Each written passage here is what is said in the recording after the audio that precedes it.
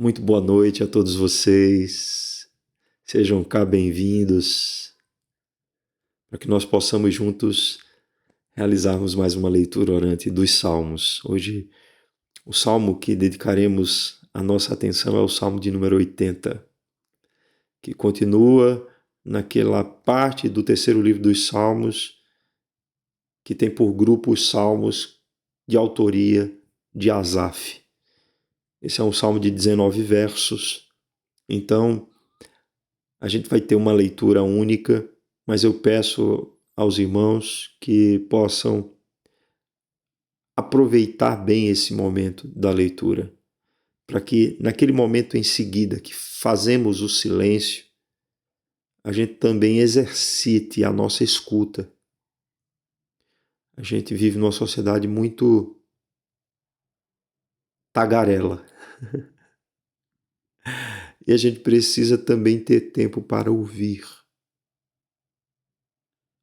Há pessoas que a gente vai conversar, que elas falam. E quando você vai falar, ela lhe atropela.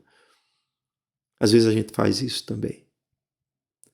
Porque a gente vive nesse meio de uma sociedade em que as pessoas querem o tempo todo falar, dizer. Mas quando a gente está lendo a palavra de Deus, é ela que está falando conosco. É Deus quem está falando conosco. De maneira reverente, precisamos silenciar para ouvirmos de forma clara e evidente a voz do Espírito Santo de Deus por meio da sua palavra. Então, esse tempo de silêncio pode ser, para a nossa cultura, algo entediante, mas na realidade ela não é dentro da prática da leitura orante dos Salmos, porque a gente quer ouvir a voz de Deus para, a partir daquilo que Deus nos comunica por meio de sua palavra, a gente possa orar, se dirigir a Ele, de maneira que a nossa oração esteja em sintonia com a própria palavra de Deus. Eu não quero me demorar, meus irmãos. Você que está chegando agora, a gente vai, nesta leitura orante, contemplar o Salmo de número 80. Seja bem-vindo, meu irmão. Chegue cá conosco para esse momento. Tome a sua Bíblia, o aplicativo da Bíblia no celular ou no computador. Se favoreça disso, porque esse é um momento, irmão, irmã, no meio da semana, para que a gente possa dedicar tempo em meditar na palavra de Deus, em reconhecer o desejo do coração de Deus para a nossa vida, em nos dirigirmos a Deus em oração, colocando aquilo que aprendemos com a sua palavra em aberto, para que o nosso coração possa expressar aquilo que a própria palavra de Deus nos ensina. Agora, afetados por essa palavra, atingidos por essa palavra, de alguma maneira mobilizados por essa palavra. E aí a gente tem o coração aberto, derramado na presença de Deus, em expressão de oração, de acordo com aquilo que o próprio Deus nos insta a fazer. Vamos lá, meus irmãos, Salmo 80. Ao mestre de canto, segundo a melodia aos lírios, testemunho de Asaf. Salmo. Dá ouvidos, ó pastor de Israel, tu que conduzes a José como um rebanho, tu que estás entronizado acima dos querubins, mostra o teu esplendor. Perante Efraim, Benjamim e Manassés, desperta o teu poder e vem salvar-nos. Restaura-nos, ó Deus. Faze resplandecer o teu rosto e seremos salvos. Ó Senhor, Deus dos exércitos, até quando estarás indignado contra a oração do teu povo? Dá-lhes a comer pão de lágrimas e a beber copioso pranto. Constituís-nos em contendas para os nossos vizinhos, e os nossos inimigos zombam de nós a valer. Restaura-nos, ó Deus dos exércitos, faze resplandecer o teu rosto e seremos salvos. Trouxeste uma videira do Egito, expulsaste as nações e a plantaste, dispuseste-lhe o terreno. Ela deitou profundas raízes e encheu a terra. Com a sombra dela os montes se cobriram, e com os seus sarmentos os cedros de Deus. Estendeu ela a sua ramagem até ao mar e os seus rebentos até ao rio. Porque lhe derribaste as cercas, de sorte que a vidimam todos os que passam pelo caminho. O javali da selva a devasta, e nela se repastam os animais que pululam no campo. Ó Deus dos exércitos, volta-te, nós te rogamos, olha do céu e vê, e visita esta vinha. Protege o que a tua mão direita plantou, o sarmento que para ti fortaleceste. Está queimada, está decepada. Pereçam os nossos inimigos pela repreensão do teu rosto. Seja a tua mão sobre o teu povo, da tua destra, sobre o filho do homem que fortaleceste para ti. E assim não nos apartaremos de ti. Vivifica-nos e invocaremos o teu nome. Restaura-nos, ó Senhor, Deus dos exércitos, faze resplandecer o teu rosto e seremos salvos.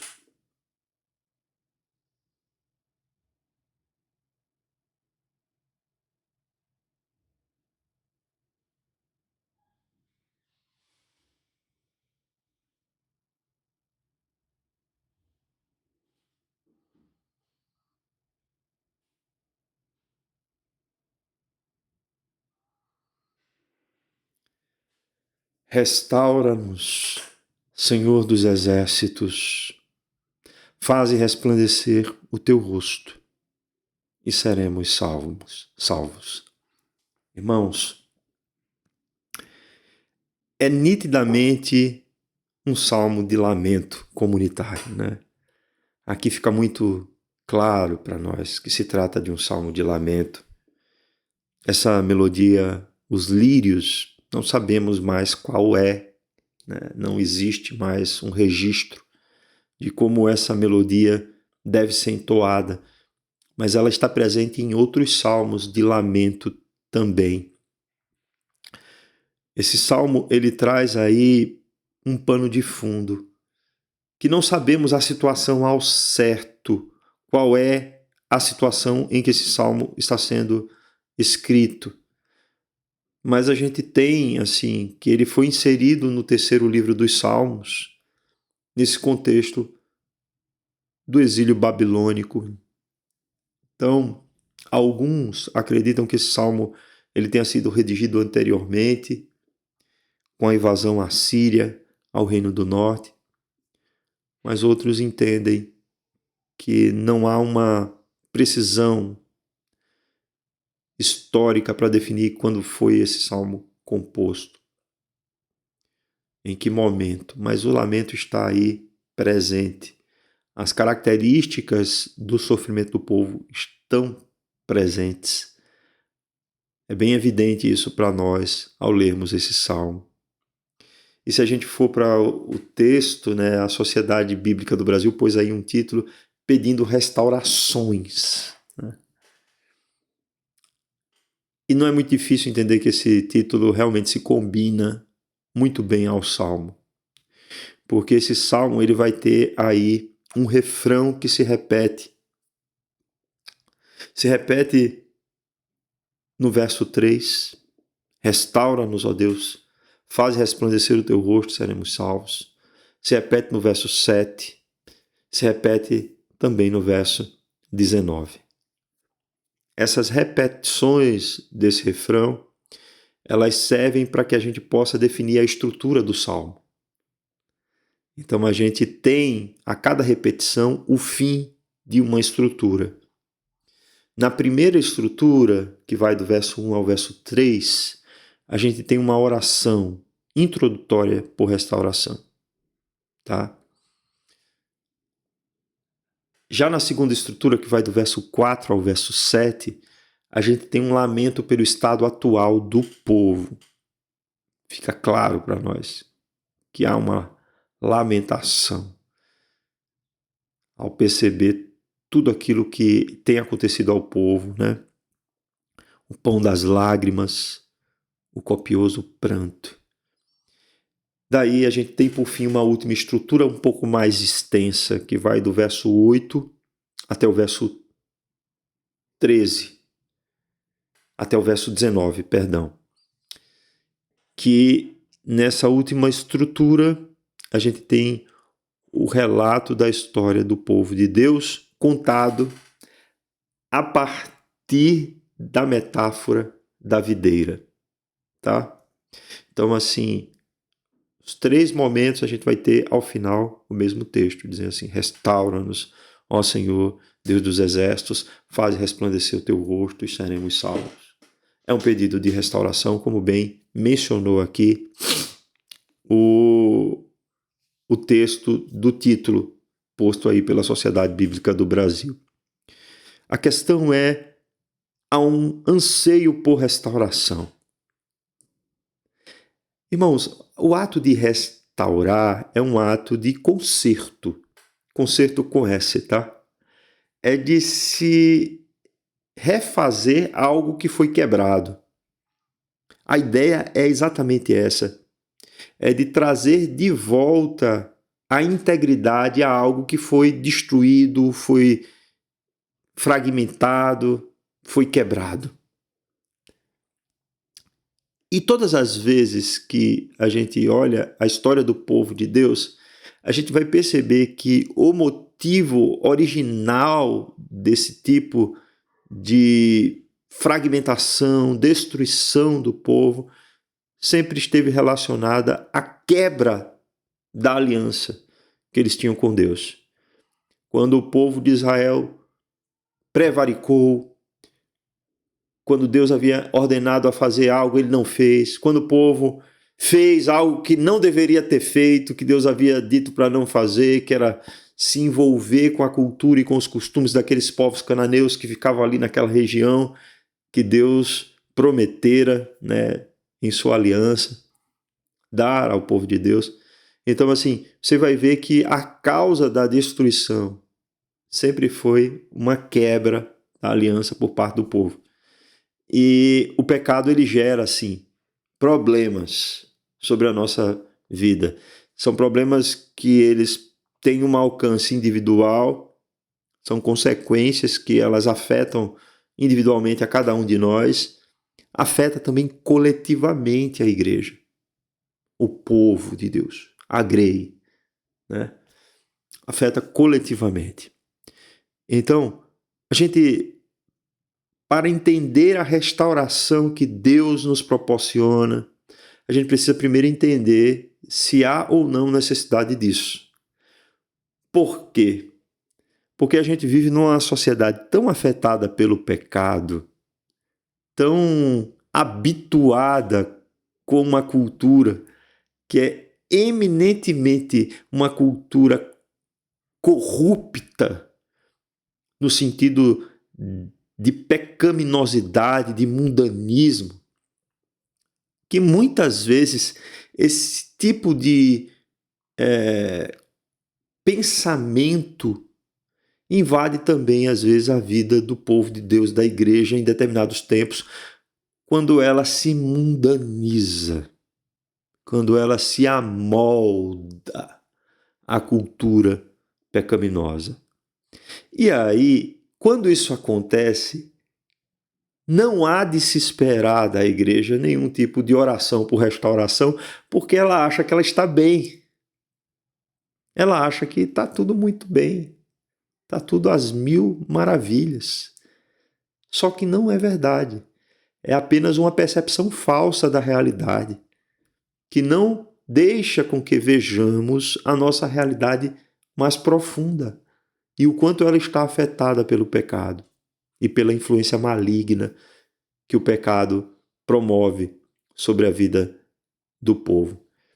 Então, se o salmista faz esse clamor, esse lamento diante de Deus em favor do povo, por restauração, é porque ele tinha uma profunda consciência de que o povo estava vivendo uma situação de calamidade e que essa situação de calamidade ela foi provocada por conta do pecado e do juízo de Deus sobre a vida desse povo.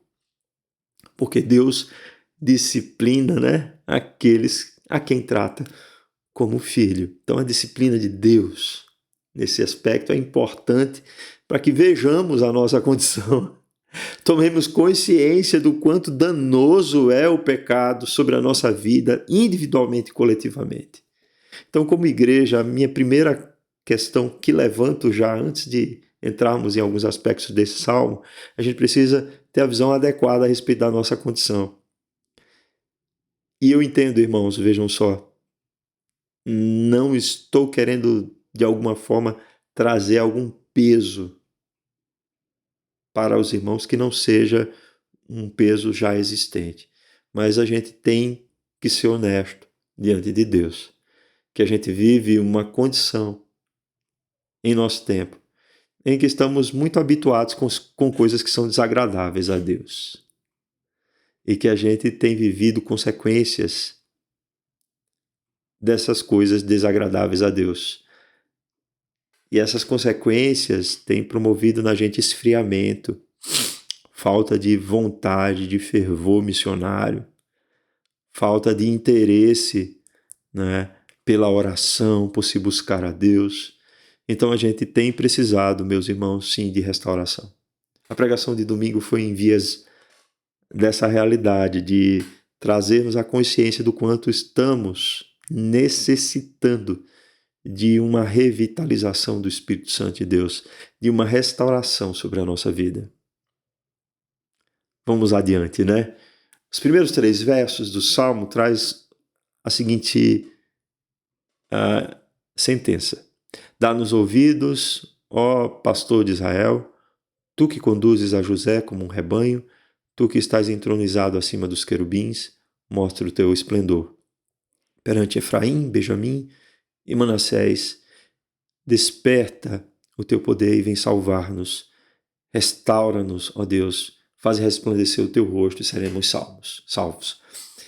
Aqui, irmãos, há alguns elementos que se combinam ao salmo anterior, porque o salmo anterior já estava tratando, né, o povo como sendo o rebanho de Deus, o povo de Israel e Deus como sendo o pastor. E o Salmo 80 ele já inicia trazendo essa sentença, em que se roga a Deus que ele atente para a situação do seu povo. Que povo é esse? É o povo que ele, por meio de José, conduziu como um rebanho. É o povo em que ele se revelou a esse povo ali no tabernáculo, né? Ali na arca do testemunho ou da aliança, que ficava no lugar santíssimo, onde a tampa chamada propiciatória tinham querubins que se tocavam, e ali a glória de Deus era manifesta, ou seja, acima dos querubins a glória de Deus se manifestava, ou seja, Deus havia definido a forma com a qual se relacionaria com o povo, que era por meio de uma aliança, de um testemunho. Então, o esplendor da glória de Deus se revelava ao povo e a arca da aliança, a arca do testemunho, ela trazia também esse peso de que Deus estava no meio do povo, junto ao povo, e que o povo estava assim em volta, estava vivendo uma vida em que Deus era o centro da vida desse povo. O tabernáculo, se colocando ali no Monte Sião, tinha essa característica. E aí a gente já vê aquilo que é muito comum no terceiro livro dos Salmos, né? que essa ênfase ao livro de Levítico, que traz o sacerdócio, que traz as implicações do tabernáculo, dos sacrifícios e etc. Então, a gente já tem aqui, né, características que nos fazem perceber a relação com o livro de Levítico. Mas também a gente já viu que trata-se também de um momento em específico da história de Israel em que o cativeiro babilônico fazia com que o povo buscasse a Deus por restauração. E o mote é exatamente esse, ao povo, que está representado aqui nas tribos, né, de Efraim, Benjamim, Manassés. Povo de Deus, ele precisa que Deus se volte para ele de maneira graciosa e benevolente, observando a situação que ele se encontra, porque esse Deus é um Deus que já restaurou a esse povo outras vezes, que já conduziu esse povo de maneira libertadora outras vezes. E é esse Deus que o salmista Asaf está se dirigindo. Então o mote é: restaura-nos, ó Deus, faze resplandecer o teu rosto e seremos salvos. Há uma impressão aqui que tenho que a consciência da presença de Deus entre nós, ela já traz para nós um senso de santidade. A consciência de Deus no meio do seu povo traz para o povo um senso de que ele é um povo consagrado, separado para esse Deus. E a restauração, meus irmãos, ela envolve esse aspecto da santidade. Não existe restauração espiritual, não existe verdadeira piedade sem santidade, sem uma vida consagrada a Deus. Nós não fomos chamados para vivermos segundo as nossas próprias paixões. Mas se é santo aquele que nos chamou, devemos ser conduzidos por esse pastor que nos arrebanhou para si de maneira também santa, justa e piedosa. Esse é um fato que a igreja, meus irmãos, sempre teve real conhecimento disso. A igreja, ela não está nesse mundo para se contaminar com as coisas desse mundo. Ela está nesse mundo para revelar ao mundo a santidade de Deus. E é por meio da santidade de Deus que nós somos constrangidos ao arrependimento. É por sabermos que Deus, ele é um Deus santo e que não podemos nos relacionar com esse Deus por sermos pecadores, que buscamos a esse Deus implorando por restauração, porque sabemos que tudo aquilo que somos foi afetado pelo pecado, de modo que não temos como ter um relacionamento com esse Deus se não for por graça e benevolência desse Deus. Se esse Deus não despertar o seu poder para nos salvar. E foi isso que Deus fez ao enviar o seu Filho Jesus Cristo. A gente está vivendo nesse momento, nesse contexto, né, em que boa parte da cristandade celebra o Natal. Então, esse período chamado de Advento, que fala da vinda do Messias, né, a esse mundo, do cumprimento da promessa de Deus, nos faz entender que Deus, ele já agiu de maneira restauradora e benevolente, enviando o seu Filho, para que todos aqueles que hão de herdar a vida eterna possam ser salvos pela fé em Jesus Cristo, porque Jesus Cristo, ele nos propiciou uma relação com Deus. Por meio do sangue dele, fomos justificados, nós que éramos pecadores. Exatamente como acontecia ali no Antigo Testamento, que o sangue do animal, no dia da expiação, né, no Yom Kippur, era derramado na tampa do propiciatório, ali onde Deus se revelava. Revelava a sua glória entre os querubins. Então, assim, Jesus Cristo, meus irmãos, ele é a essência de todos esses elementos antigos da lei cerimonial, da lei do sacrifício. Então, a santidade que temos, a representação mais fiel da santidade é da pessoa de Jesus Cristo. Jesus Cristo viveu nesse mundo, não pecou. Jesus Cristo, não tendo pecado, ele se ofereceu como um cordeiro sem mácula. O sangue dele foi derramado por conta do nosso pecado. Jesus morreu não por conta de si próprio, mas por conta do pecado que ele levou sobre si. E se Jesus Cristo fez isso por nós, ele fez para arrebanhar para si pessoas com as quais ele conduzirá de maneira cuidadosa. Pessoas que ouvem a sua voz, pessoas que guardam os seus mandamentos, pessoas que desejam viver em santidade para a glória daquele que o restaurou, daquele que as resgatou. Então, assim, a gente tem isso muito claramente definido em nossa teologia, né? Aí a gente tem um segundo momento agora em que o lamento se desenha de maneira ainda mais clara por Asaf. Está aí do verso 4 ao verso 7, que ele diz assim: Ó Senhor Deus dos exércitos, até quando estarás indignado contra a oração do teu povo? Dá-lhes a comer pão de lágrimas e a beber copioso pranto. Constituís-nos em contendas para os nossos vizinhos, e os nossos inimigos zombam de nós a valer. Restaura-nos, ó Deus dos exércitos. Faze resplandecer o teu rosto e seremos salvos. Aqui se desenha mais claramente, como eu já disse, um lamento. E um lamento é uma queixa, meus irmãos, que é dirigida a Deus, tá? Não é uma murmuração contra Deus, é uma queixa dirigida a Deus. O que o salmista Asaf entende? Que o pecado do povo promoveu contra o povo a indignação de Deus. E existe a medida, né? A Bíblia diz que Deus é longânimo e assaz benigno.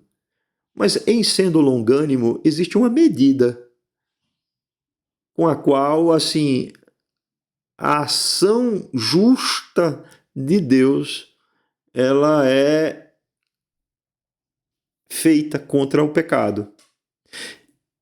Então o povo, ele pecou de maneira contumaz, não ouviu a voz dos profetas, né? Deus conclamou o povo ao arrependimento, o povo não se arrependeu, e aí veio a justiça de Deus. E Deus se indignou contra a nação, contra o seu próprio povo. E ao fazer isso, né, assim, a oração do povo agora, ela estava sendo uma oração de pessoas que precisavam, primeiramente, se arrepender dos seus atos de pecado e se voltarem a esse Deus. Então, mas as consequências dessa ação do pecado sobre a vida deles, mesmo depois de arrependidos, ainda teria um tempo. E às vezes a gente não entende isso, né? As consequências do nosso pecado, muitas vezes, meus irmãos, podem durar anos sobre a nossa vida, mesmo que tenhamos nos arrependido dos nossos pecados. A gente pode orar a Deus lamentando, a gente deve fazer isso, né? Até quando, Senhor, continuarás sem dar uma resposta às nossas orações diante do sofrimento que sentimos? E por vezes, assim, esse salmo não é tão claro em dizer que a situação do povo estava, né, era uma situação de calamidade devido ao pecado, mas a gente subentende isso, viu, meus irmãos? Que a gente sabe da história, né, de Israel. E Deus muitas vezes conduz o povo, assim, a situações mais difíceis, né? Diz que, aí no verso 5, que Deus deu o povo a comer pão de lágrimas, né? Fala das situações difíceis. Nem sempre as situações difíceis que vivenciamos, irmãos, elas são situações em função do nosso pecado, a gente sabe disso. Tem coisas que a gente não consegue alcançar. O nosso conhecimento não alcança. Por exemplo, a gente tem a história de Jó, né? Enfrentou todas aquelas coisas ali, perdeu seu patrimônio, que foi dilapidado ali em pouco tempo. Perdeu filhos no sentido de que eles morreram, né? Teve uma doença que afetou profundamente a sua saúde, de modo que ele estava vivendo assim como um indigente, como um mendigo. Então, assim, a gente tem essas situações, mas a gente entende que Deus é soberano na condição do seu povo. A gente entende que Deus conduz a nossa vida, né? Ele conduz por pastos verdejantes, como um bom pastor, pelas águas de descanso, mas às vezes por vales de sombra de morte. E a gente é consciente disso também. O fato é, nesses momentos, como temos agido? Temos buscado ao Senhor, como tem feito Asaf? Porque ele está dizendo, dá-lhes a comer o pão de lágrimas, a beber copioso pranto. Será que temos buscado? Ele ainda diz assim sobre os vizinhos, né? Que ele coloca que as nações vizinhas daquele lugar onde o próprio Deus constituiu, estabeleceu o povo ali para ficar, zomba a valer deles, né? Então, assim, é uma situação vexatória, é uma situação de dor e de sofrimento, é uma situação difícil. Mas ainda assim, Asaf entendia que Deus era soberano e que Deus tinha um controle sobre todas essas coisas e que no fim das contas era Deus sim quem estava agindo para que o povo, por meio do sofrimento, pudesse voltar para ele. Irmãos, há situações em que a gente vive um sofrimento que é muito claramente devido a algumas atitudes que tomamos ao longo da vida, né? E outras não. A gente não consegue fazer nenhuma ligação entre o sofrimento atual e alguma coisa que tenhamos feito. Mas existe uma questão que a gente não pode esquecer, que nós somos pecadores. E que mesmo que não vejamos uma associação direta do nosso sofrimento com o pecado que tenhamos cometido, ainda assim a gente sabe que o pecado afeta a todos nós indistintamente. E aí, assim, a gente pode ter muitas posturas na vida. Uma delas é a de dizer assim, Senhor, eu entendo que ainda assim, mesmo que eu não consiga fazer nenhuma ligação entre as coisas que estão acontecendo comigo e algum pecado de maneira direta, né, que eu tenha cometido, eu sei que o pecado afeta a minha vida. Eu sei que eu sou indigno de que habiteis em minha morada, né? Eu sei que tu és Senhor soberano e que tu estás no controle de todas as coisas. Eu te peço, Senhor, vem e restaura a minha vida. Dá-me, Senhor, da tua alegria. Não me deixa padecer. Não me deixa ficar prostrado diante dessa dificuldade que eu tenho enfrentado. Devemos orar assim, meus irmãos, não esquecendo que Deus está conosco ainda nesses momentos e que Deus ouve a nossa oração. Foi isso que Asaf fez aqui. Mas o texto continua, né?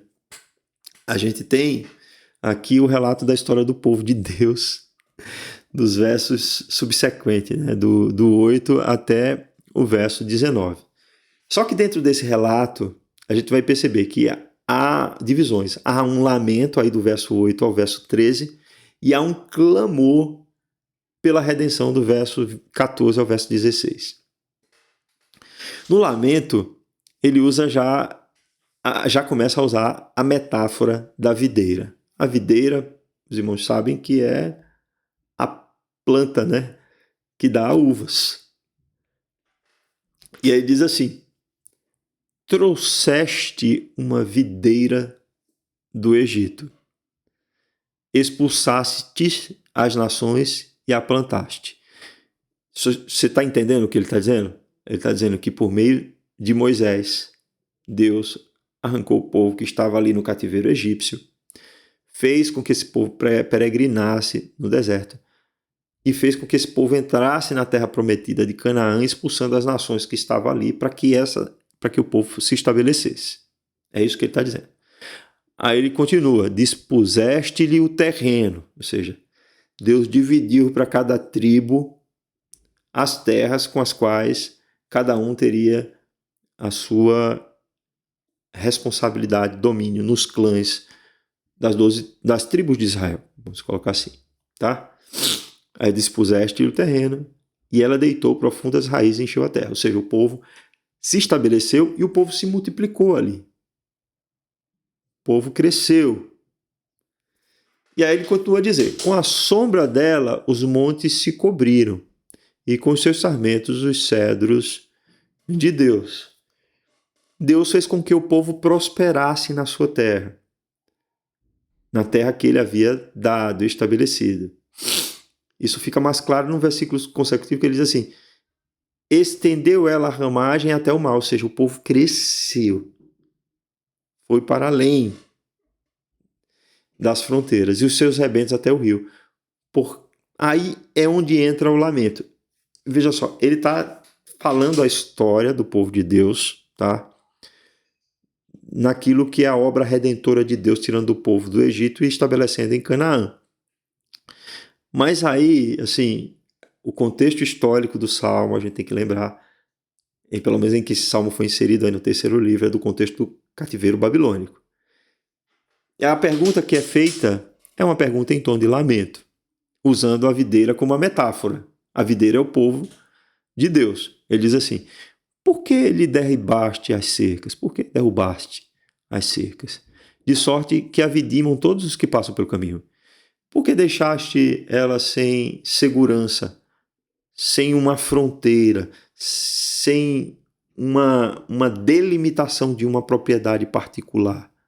De modo que quem passa não faz questão de entrar e tirar coisas dela, né? E aí ele diz assim, que os animais selvagens, isso é uma referência, tá? As nações que invadiram a Israel, ao povo de Deus, a terra de Jerusalém e de Israel, né? Tá? Aí ele diz assim: o javali da selva a devasta, e nela se repastam os animais que pululam no campo. Então, tanto as nações inimigas que invadiram e fizeram o povo em cativeiro, quanto as nações vizinhas estão fazendo pouco caso das nossas fronteiras, dos nossos limites, daquilo que tu nos concedeste e nos estabeleceste, nos constituíste. É um lamento, meus irmãos. Há situações na nossa vida, irmãos, que a gente também não deve ser tão agir acreditando que nós somos tão espirituais assim. São situações concretas. São situações em que a gente percebe que, por exemplo, o dinheiro não vai dar para manter as coisas até o final do mês, né? A gente percebe que tem o plano de saúde para pagar. A gente percebe que tem a feira que está cada vez mais cara para comprar. E de repente a gente recebe a notícia de que o emprego que a gente tinha, a gente perdeu. Você acha que isso é fácil? Não é. Mas antes de a gente ficar murmurando, dizendo nada dá certo, né? Tudo de ruim acontece comigo, de ficar com essas atitudes pessimistas, a gente deveria buscar a Deus, trazendo a Ele o que temos passado. Não é que Deus não saiba disso, meus irmãos, Deus já sabe de todas essas coisas, mas é a nossa atitude, Deus está nos educando. A oração é algo que há de muito especial da parte de Deus para conosco, porque por meio da oração Deus está nos educando a um relacionamento com Ele, a como nos dirigir a Ele. E podemos sim expor tudo isso que tem acontecido conosco, de difícil que você tem enfrentado. Às vezes você está cuidando de um parente, né, que está passando por problemas de saúde difíceis. Coloque isso diante de Deus. Às vezes você está cuidando de uma pessoa que te fez mal durante toda a vida. E às vezes você está tendo ali nesse momento que ser essa pessoa que é o único cuidador que essa pessoa tem. Coloque isso diante de Deus. Deus, me ajuda. A situação está difícil. Vem sobre mim. Porque o Senhor está permitindo que isso aconteça comigo. A gente não, meus irmãos, não há nada de errado em fazer esse tipo de perguntas a Deus. A gente tem que parar com esse negócio de uma espiritualidade que parece que a gente não é afetado pelas coisas daqui. Somos elfos, né? Não somos seres humanos. Imagina. É interessante quando eu faço essa comparação, né? Porque na trilogia do Senhor dos Anéis, né? Os hobbits são os que mais se parecem com os seres humanos.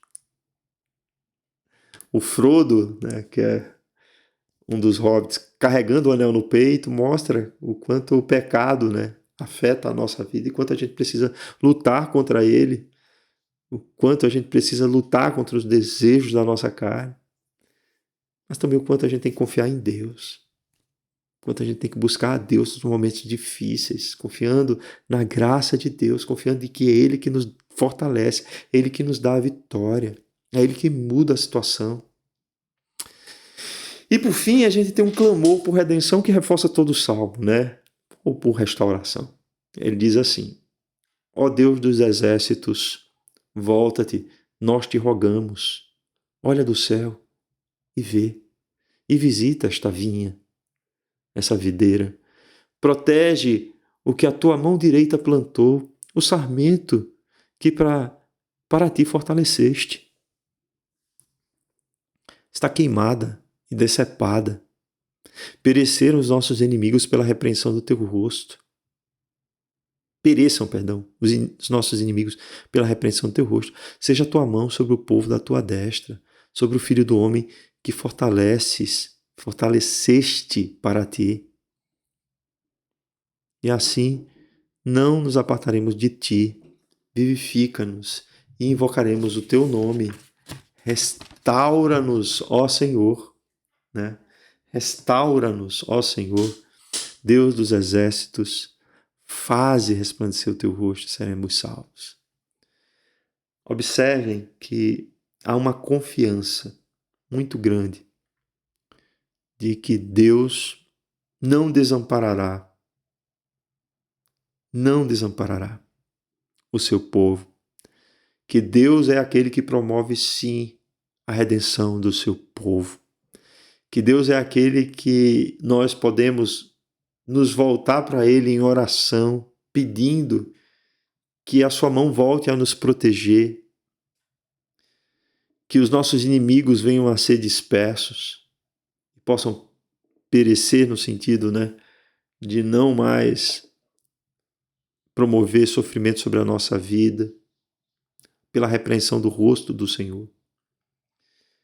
E aí há algo muito interessante nesse texto aí do Salmo. Eu falei no domingo, né, que o livro de Isaías talvez é o que tem mais referências no Novo Testamento sobre o Messias, com exceção dos Salmos, né? E eu fiz uma defesa de Isaías porque eu disse que o livro de Salmos não é apenas um livro, são livros dos Salmos, né? E nesse livro aí, você vai ver no verso 17 uma expressão muito interessante. Ele diz assim: seja a tua mão sobre o povo da tua destra. Olha essa expressão aqui, prestem atenção. Sobre o filho do homem que fortaleceste para ti. Sobre o filho do homem que fortaleceste para ti. De quem esse salmista está falando? A expressão usada filho do homem aqui é Ben Adam, no hebraico. Essa expressão ela foi muito utilizada para falar a respeito de quem? De Cristo Jesus, dos evangelhos. Porque o Filho do Homem veio buscar e resgatar aquele que havia perdido. Disse Jesus. Jesus é o nosso restaurador, é o nosso redentor. Jesus é aquele que nos revitaliza. Jesus é aquele que nos livra da morte e do pecado. Jesus é aquele que nos põe de pé e nos vivifica. Jesus é o centro da nossa fé. É só por meio dele que nós nos dirigimos ao Senhor, é só por meio dele que recebemos a restauração. Como povo da destra de Deus que somos, eleitos do Senhor, é por meio de Jesus Cristo, o homem que Deus fortaleceu para si, o Filho de Deus encarnado, mas também o Filho do homem que se identifica conosco, que temos a redenção, a vivificação, e por meio de quem podemos invocar o nome do Senhor. E por meio de Cristo Jesus, o bom pastor, somos atraídos. É por meio da palavra de Jesus que as suas ovelhas são identificadas com esse pastor. É por meio dele que temos garantia da nossa salvação eterna e da nossa redenção. Porque aqueles que Jesus Cristo arrebanhou para si, que o Pai lhes deu, de modo algum ele abrirá mão destes. Como tem aí no verso 18, e assim não nos apartaremos de ti, porque não depende de nós. Ah, Senhor Deus, muito obrigado por isso, porque isso não depende de nós, da nossa própria força, da nossa própria estratégia, mas depende de ti, da aliança que foi celebrada por meio de Cristo Jesus, teu Filho, do testemunho desse varão que fortaleceste para si, para ti, para que nós pudéssemos por meio dele ser salvos. Glorificado seja o nome de Jesus. É por meio de Cristo Jesus que podemos orar, assim como o salmista Asaf, dizendo: restaura-nos, ó Senhor, Deus dos exércitos, faze resplandecer o teu rosto e seremos salvos. Que Deus, queridos irmãos, aplique essa palavra em nossos corações. Vamos orar?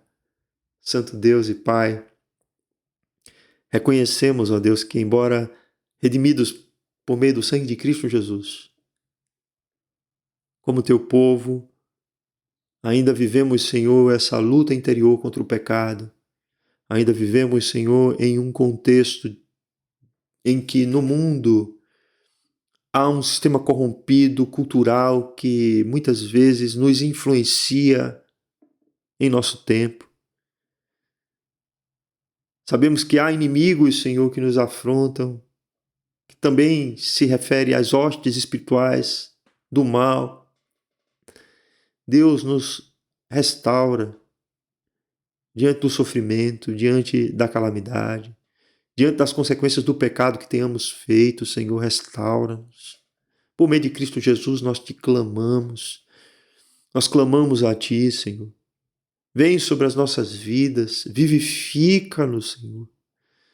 Concede-nos, Senhor, em nosso tempo um avivamento, a nossa igreja, a Igreja Presbiteriana de Jacareí, a Congregação Nova Esperança, a Congregação Presbiteriana de Vila Pinheiro, aos nossos líderes, aos nossos irmãos.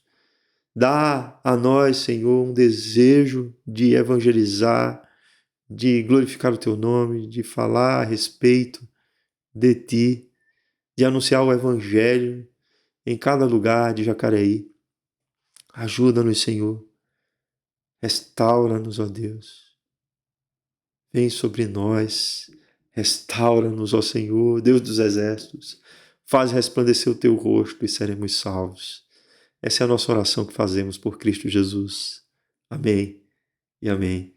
Que Deus, irmãos, nos abençoe e até a próxima leitura orante dos Salmos.